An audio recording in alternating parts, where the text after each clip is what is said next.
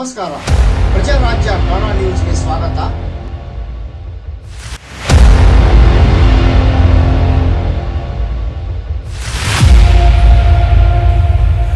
ಬಿರುಸುಗೊಂಡ ಮಳೆ, ಹಿರಣ್ಯಕೇಶಿ ನದಿ ನೀರು ಹೆಚ್ಚಳ, ಶಕ್ತಿ ದೇವತೆ ಬಡಕುಂದ್ರಿ ಹೊಳೆಮ್ಮ ದೇವಸ್ಥಾನದ ಒಳಗೆ ನುಗ್ಗಿದ ನೀರು.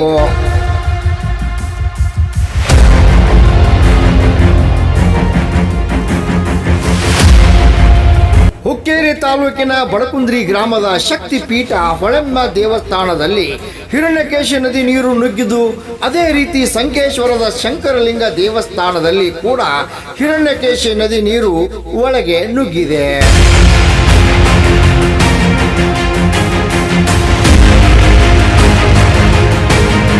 ಮೂರ್ನಾಲ್ಕು ದಿನಗಳಿಂದ ಭಾರಿ ಮಳೆಯಿಂದಾಗಿ ಘಟ್ಟ ಪ್ರದೇಶಗಳಲ್ಲಿ ಎಡಬಿಡದೆ ಸುರಿಯುತ್ತಿರುವ ಮಳೆಯಿಂದಾಗಿ ಹಿರಣ್ಯಕೇಶಿ ನದಿ ನೀರು ಹೆಚ್ಚಾಗಿದೆ.